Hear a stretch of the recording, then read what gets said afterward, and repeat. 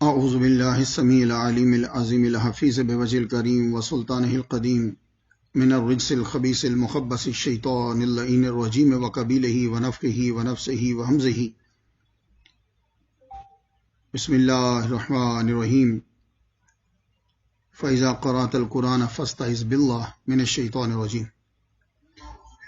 صدق اللہ مولانا العلی العظیم وبلغنا رسولہ النبی الکریم ونحن علی ذلک لمن الشاہدین والشاکرین والحمد للہ رب العالمین.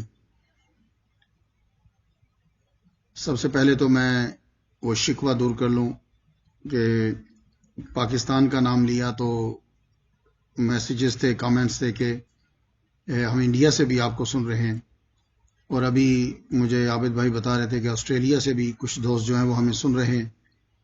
تو بھائی وہ بس ذرا روانی میں نکل گیا. تو انڈیا میں، آسٹریلیا میں، پوری دنیا میں جہاں بھی لوگ سن رہے ہیں سب کو ہمارا سلام ہے اور ہماری طرف سے انہیں رمضان المبارک.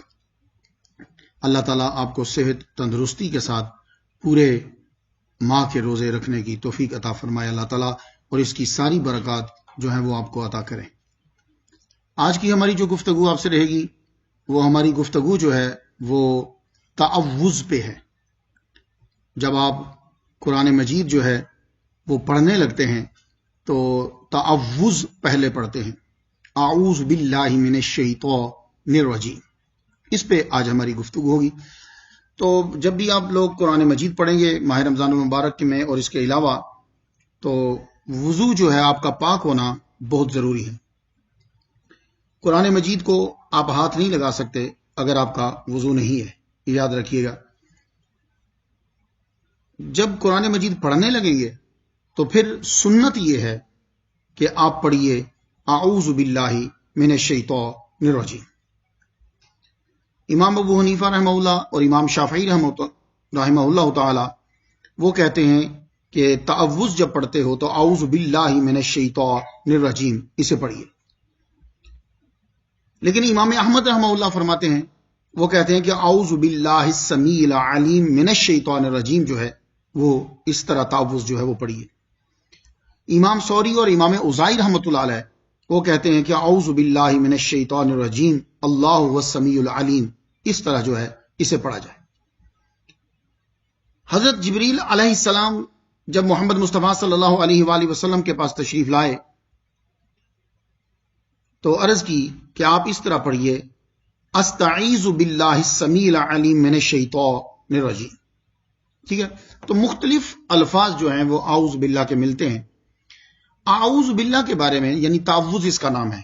ٹھیک ہے، تعوذ جو ہے اسے جب آپ پڑھیں گے تو قرآن مجید میں اس کا حکم ہے فَإِذَا قَرَأْتَ الْقُرْآنَ فَاسْتَعِذْ بِاللَّهِ. یہ آیت ہے، جب تم قرآن مجید پڑھنے کا ارادہ کرو. میں اس کا ترجمہ یہ کر رہا ہوں، جب تم قرآن مجید پڑھنے کا ارادہ کرو تو پہلے پڑھو اعوذ باللہ من الشیطان الرجیم. یہ ترجمہ میں کیوں کر رہا ہوں؟ کیونکہ کچھ لوگوں نے یہ کہا کہ قرآن مجید پڑھنے کے بعد پڑھنی ہے اعوذ باللہ من الشیطان الرجیم. کیوں؟ وہ کہتے ہیں کہ فَإِذَا قَرَأْتَ الْقُرْآنَ فَاسْتَعِذْ بِاللَّهِ. وہ کہتے ہیں فَاسْتَعِذْ جو آیا نا بعد میں، تو اس کا مطلب ہے کہ پہلے قرآن پڑھ لو سارا، تو سارا قرآن یعنی جتنی تلاوت آپ نے کرنا ہے، تلاوت کرنے کے بعد پھر پڑھو اعوذ باللہ من الشیطان الرجیم. ایسا ہرگز نہیں. اگر ایسا سلسلہ ہے تو پھر آپ کو وہاں بھی یہی صورت اختیار کرنا پڑے گی جہاں اللہ تعالیٰ نے فرمایا یا ایھا الذین آمنوا اذا قمتم الی الصلاۃ فاغسلوا وجوہکم. جب تم نماز کھڑے ہو جو نماز پڑھنے کے لیے، ترجمہ یہ بنا کھڑے ہو جو نماز پڑھنے کے لیے، تو پھر تم وضو کرو. تو اگر اس کا ترجمہ یہ ہے کہ تلاوت کر لو تو پھر اعوذ باللہ پڑھو، تو پھر آپ کو وہاں صفوں کے اوپر کھڑا ہونا پڑے گا یا آپ کو نماز پڑھنے کے بعد وضو کرنا پڑے گا. تو یہ دلیل ٹوٹ گئی. وہاں کیا ہے کہ یا ایھا الذین آمنوا اذا قمتم الی الصلاۃ، جب تم نماز پڑھنے کا ارادہ کرو اور تمہارا وضو نہ ہو تو پھر تم سب سے پہلے وضو کر لو. تو سیم یہاں بھی یہ ہوگا فَإِذَا قَرَأْتَ الْقُرْآنَ، جب تم قرآن پڑھنے کا ارادہ کرو تو ارادہ کرنے سے پہلے تم اعوذ باللہ یعنی اللہ تعالیٰ کی پناہ طلب کر لو. اب کیوں ہے یہ حکم، کیوں ہے؟ پہلی بات تو یہ ہے کہ مسلمانوں، شیطان آپ کو قرآن پڑھنے ہی نہیں دے گا۔ دیکھ لیجئے، آپ کا بچہ صبح سے شام تک سکول میں رہے گا، لیکن جب آپ اس کو کہیں گے کہ چل بیٹے مسجد میں جا، اسی وقت ایسے لگے گا جیسے اس کی باڈی میں سے سارا خون نچوڑ لیا گیا ہے۔ اب وہ مسجد میں جانے کے لیے جو ہے نا وہ آپ کو تنگ کرے گا۔ کیوں؟ وہ شیطان اس کو وسوسہ ڈال رہا ہے۔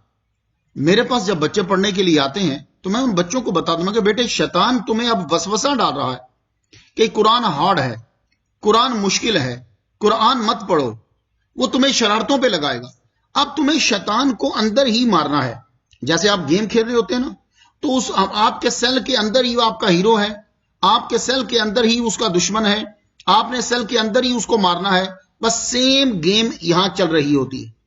تو وہ شیطان وسوسہ ڈالتا ہے، وہ تمہیں قرآن پڑھنے ہی نہیں دے گا۔ اب قرآن پڑھنا بہت ضروری ہے ہمارے لیے، تو جب ضروری ہے تو ہم پناہ طلب کریں گے، کسی بڑے پاورفل طاقتور کی پناہ جو ہے وہ طلب کریں گے۔ تو جیسا دشمن ہوتا ہے، اس کی جتنی طاقت ہوتی ہے اس کے برابر میں ویسی ہی طاقتور ہم پناہ طلب کرتے ہیں، یہ یاد رکھیے۔ چھوٹا دشمن ہے، آپ اپنے ابا کی پناہ لے لیں گے۔ بڑا دشمن ہے، آپ اپنے رشتہ داروں کو کھڑا کر لیں گے۔ اس سے بڑا دشمن ہے، پھر آپ پولیس کی پناہ میں چلے جائیں گے۔ اس سے بڑا دشمن اگر آ گیا ہے تو آپ رینجر بلا لیتے ہیں، آپ کا ملک رینجر بلا لیتا ہے۔ اگر اس سے بھی بڑا دشمن ہے تو پھر آپ کا ملک آرمی بلا لیتا ہے۔ دیکھیں نا، جیسا جو ہے وہ آپ کا دشمن ہوتا ہے ویسی ہی آپ پناہ بناتے ہیں، پناہ طلب کرتے ہیں۔ اب شیطان چھوٹا نہیں ہے، وہ بہت بڑا دشمن ہے۔ اتنا بڑا دشمن ہے کہ وہ ہماری باڈی کے اندر خون کی نالیوں میں دوڑ جاتا ہے۔ اب اتنے بڑے دشمن کے ساتھ مقابلہ کرنا، اور وہ بھی آپ کے پاس ہے، آپ کے اندر ہے، تو کیسے مقابلہ کریں گے؟ تو اب ہمیں پناہ کی ضرورت ہے جو بہت طاقتور ہو۔ اب ہم نے دنیا میں طاقتور ڈھونڈے، ان کی طاقتیں ایک وقت تک ہیں، اس کے بعد ان کی طاقت ختم ہو جاتی ہے۔ ان کا ملنا ایک ٹائم تک ہے، اس کے بعد ان کا ملنا ختم ہو جاتا ہے۔ ان کا اور ان کی پاور جو ہے یا ان کا ملنا دونوں برقرار بھی رہیں تو آخر انہوں نے مر جانا ہے۔ تو پھر ہمیں ایک ایسی پناہ کی ضرورت تھی کہ جس کی پناہ میں ہم آ جائیں، ہر وقت وہ ہمیں ملے، کبھی کمزوری طاری نہ ہو، کسی ٹائم وہ سوتا نہ ہو، ہمیں اس کی جو ہے وہ ضرورت۔ تو ہم نے پھر کیا کیا؟ اللہ تعالیٰ کے نبی کی طرف توجہ کی، تو اللہ کے نبی نے ہمیں زبردست پناہ جو ہے وہ بتا دی، وہ ہے اللہ تعالیٰ کی پناہ۔ اللہ سے بڑھ کر نہ کوئی قادر طاقتور ہے، اور نہ ہی اللہ تعالیٰ سے بڑھ کر کوئی ایسا ہے کہ جو زندہ رہے ہمیشہ۔ صرف اللہ کی ذات ہے جو ہمیشہ زندہ رہے گی، اور اس کے علاوہ کوئی نہیں ہے۔